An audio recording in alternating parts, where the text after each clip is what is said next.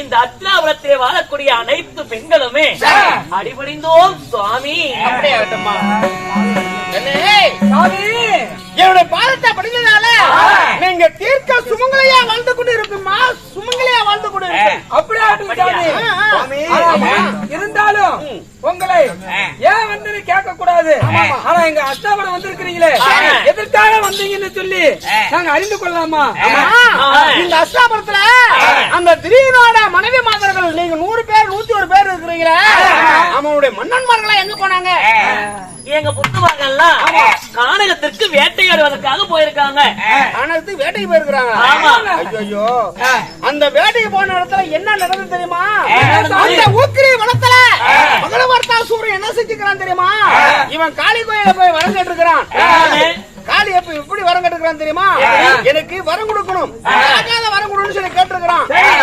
அப்படி கேட்டதுக்கு எனக்கு 101 பலி எனக்கு கொடுத்தீங்கன்னா உனக்கு சாகாத வரம் கொடுக்கணும் அப்படின்னு சொன்னதுனால ஒரு மன்னன்மார்களை ஊக்கிரி வனத்துல வேட்டையாடிட்டு வெள்ளக்கூட மண்டபத்துல படுத்திருக்கும் போது இவன் என்ன பண்ணா, நான் மீனுக்கு வலை வீசுற மாதிரி வலை வீசி அந்த 101 மன்னர்களும் கொண்டு வந்துட்டான் மகடவர்த்தாசூரன். இந்த மகடவர்த்தாசூரன் என்ன பண்றான் தெரியுமா? காலையில விடிய காலம் ஒண்ணு காளி கோயில பலி கொடுத்துட்டு மன்னன்மார்களை பலி கொடுத்துட்டு இவன் என்ன பண்ண வரோம், பரத்தை வாங்க போறான். இதுக்கு நீங்க என்ன செய்ய போறீங்க?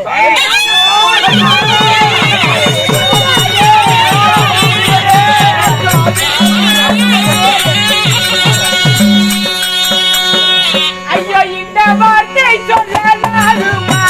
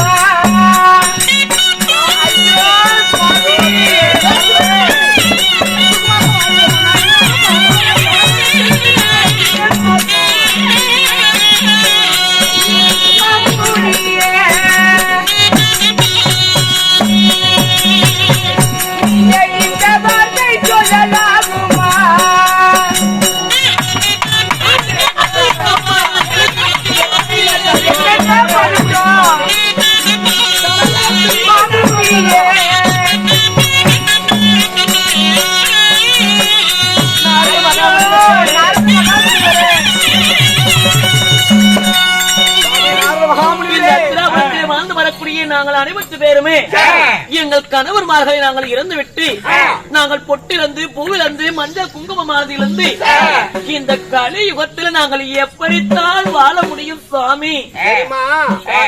நான் அந்த வழியா போயிட்டு இருந்தேன். இந்த மகடவர்த்தாசூரன் மன்னன்மார்கள் எல்லாம் புடிச்சிட்டு போயிட்டு இருந்தான்.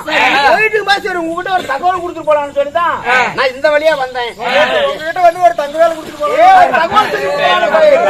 ஒரு தங்கவேல். அதனால எதுக்கும் நான் போட பிச்சை போட முடியல, ஓடுற ஊட்டியால காட்டுறேன்.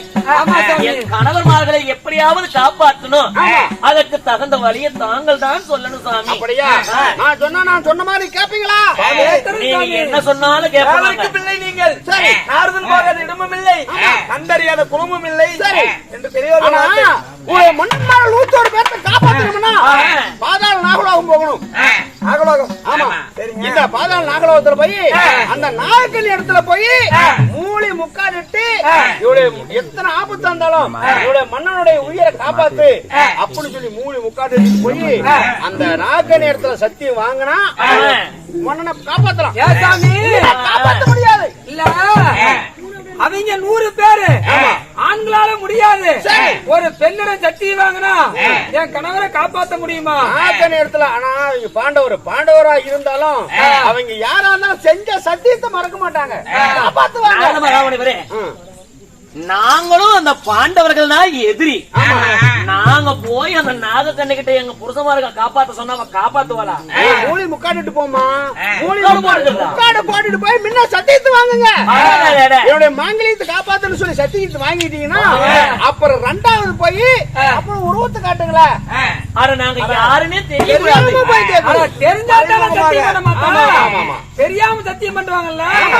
மூலி முக்காடு விட்டு அந்த நாகக்கண்ணு இடத்துல போய் நீங்க சத்தியத்தை வாங்கிட்டு அப்புறம் நடந்த விஷயத்த சொல்லுங்க. உங்களுடைய மன்னன உயிரை அவங்க காப்பாத்துவாங்க. அப்படியா?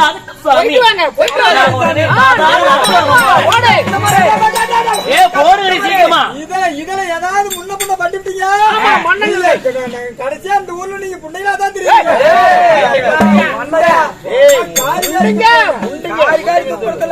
சரி